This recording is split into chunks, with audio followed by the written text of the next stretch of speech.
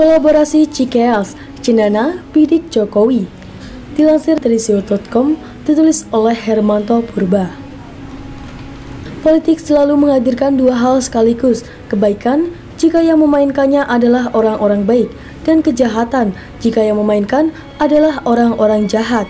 Ada orang terjun ke dunia politik untuk memperjuangkan nasib banyak orang, dan sebaliknya, ada pula orang yang tujuan utamanya untuk memperjuangkan diri, keluarga, dan golongannya.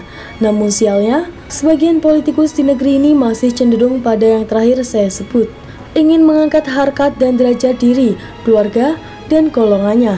Dan demi meraih semua itu, bahkan cara-cara kotor, cara-cara di luar nalar, dan cara-cara tidak manusiawi mereka tempuh.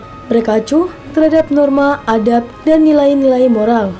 Panggung politik bangsa ini masih didominasi oleh para politikus busuk, sehingga ketika ada 1-2 orang politikus yang tulus bekerja demi rakyatnya, mereka lantas akan menjadi musuh bersama para politikus berhati setan itu. Mereka akan diserang dari segala sisi. Berbagai macam cara dilakukan agar mereka jatuh dari kursinya. Ahok adalah salah satu korban permainan kotor para politikus busuk itu. Dalam waktu yang begitu singkat masa pemerintahannya di DKI Jakarta, ia mampu mengubah wajah ibu kota negara itu menjadi lebih humanis dan modern. Permainan kong kali kong yang sebelumnya acap dimainkan oleh para mafia, ia hentikan di tangannya. Jakarta bersolek lebih cantik. Namun akhirnya, kencangan badai yang menerpanya membuat Ahok tak mampu mempertahankan kursinya. Politisi sara, mayat, dan ayat yang dimainkan oleh lawan politiknya berhasil menumbangkannya. Segala rencana besar yang sebelumnya telah ia rancang untuk memajukan Jakarta dan menyejahterakan rakyatnya sirna seketika. Jokowi juga mengalami hal yang kurang lebih sama dengan Ahok, tapi Jokowi bernasib lebih baik. Sekalipun ia diserang habis-habisan, ia berhasil memenangi laga 2 kali malah. Sejak periode pertama, masa kepemimpinannya hingga saat ini, ia dan bahkan istri, anak-anak serta kedua orang tuanya tak pernah berhenti dihujat, dimaki, difitnah, dan dihina. Di masa kedua pemerintahannya, serangan terhadap diri Jokowi sepertinya semakin intens dilakukan. Dan dari sekian banyak penyerangan itu, menurut saya ada 2 kekuatan besar yang sedang benar-benar serius mengarahkan bidikan senjatanya kepada Jokowi. Mereka adalah kelompok Cikeas, SBY dan Demokrat, serta kelompok Cendana, Tommy Soeharto. Kedua kelompok ini sama-sama pernah menjadi penguasa di negeri ini. SBY menjadi presiden 10 tahun lamanya, dan Soeharto, penguasa rezim Orde Baru itu, berkuasa selama 32 tahun. Artinya apa?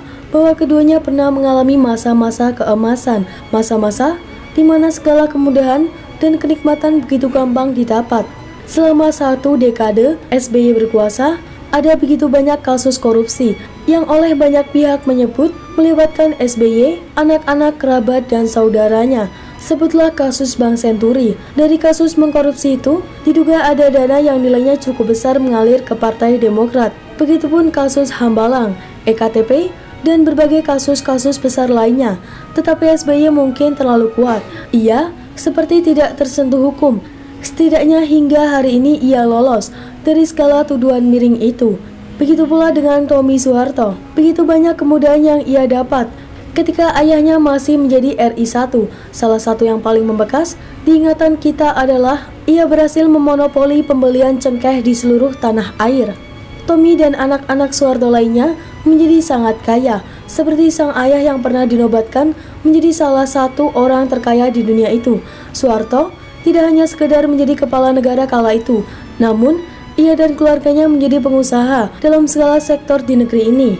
Harta Soeharto mengunung, sementara rakyatnya menderita. Baik SBY pun Tommy Soeharto nampaknya ingin mengulang masa-masa yang teramat nikmat itu.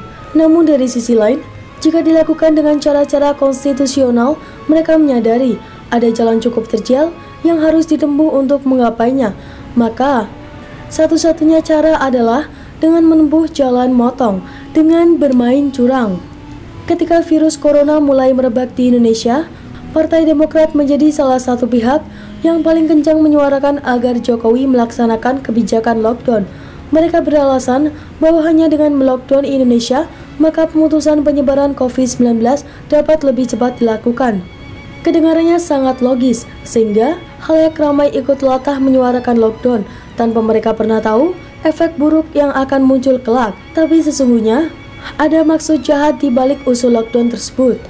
Mereka ingin agar terjadi kekacauan, hura-hura, dan chaos seperti yang terjadi di beberapa negara yang melakukan kebijakan lockdown. Setelah itu, mereka lalu akan dengan mudah menguasai bangsa ini. Tapi akhirnya Jokowi lebih memilih PSBB ketimbang lockdown. Nah, setelah pelaksanaan lockdown di beberapa daerah dinilai cukup berhasil menurunkan jumlah pasien positif, Jokowi lalu mewacanakan new normal, kenormalan baru, agar negara kembali bergerak, agar ekonomi yang sebelumnya lesu kembali hidup. Lagi-lagi, wacana ini kembali ditolak oleh Demokrat. Mereka menilai bahwa wacana tersebut merupakan wujud pemerintah menyerah menghadapi corona. PSBB ditolak dengan alasan rakyat akan jatuh miskin dan menderita kelaparan. Lalu new normal juga ditentang karena dianggap pemerintah tidak siap dan menyerah melawan corona.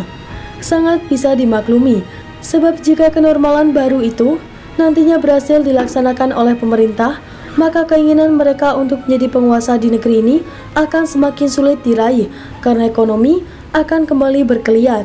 Itu artinya keuangan negara akan berangsur normal. Artinya apa? Negara tidak jadi bangkrut seperti harapan mereka saat ini. Pun Tommy Soeharto, ia berusaha keras membidik Jokowi agar ia jatuh. Dengan cara apa? Dengan memainkan isu kebangkitan PKI. Jika isu terkait PKI biasanya muncul pada bulan September, namun anehnya, isu itu justru sudah muncul lebih awal. Kenapa? Mereka ingin memanfaatkan pandemi corona ini untuk menyerang dan melengsarkan paksa Jokowi. Tommy Soeharto lewat jongos-jongosnya seperti Fadlizon, Haikal Hasan, Tengku Zulkarnain, dan yang lainnya, sejak April lalu begitu gencar menyuarakan bahwa PKI masih eksis. PKI sengaja ingin dibangkitkan oleh rezim ini, dan berbagai tuduhan-tuduhan tidak berdasarkan lainnya. Mereka berharap agar rakyat terprovokasi, hingga akhirnya bergerak bersama menggulingkan pemerintahan Jokowi. Tommy sepertinya ingin mengulang keberhasilan ayahnya, mengudeta Soekarno merebut paksa tampuk kepemimpinan Republik Indonesia dengan menunggangi PKI. Saya berharap, sekecil apapun ancaman untuk menurunkan Jokowi, kita yang masih setia mendukung Jokowi harus tetap merapatkan barisan menghalu segala ancaman itu. Merdeka! Salam Indonesia 1.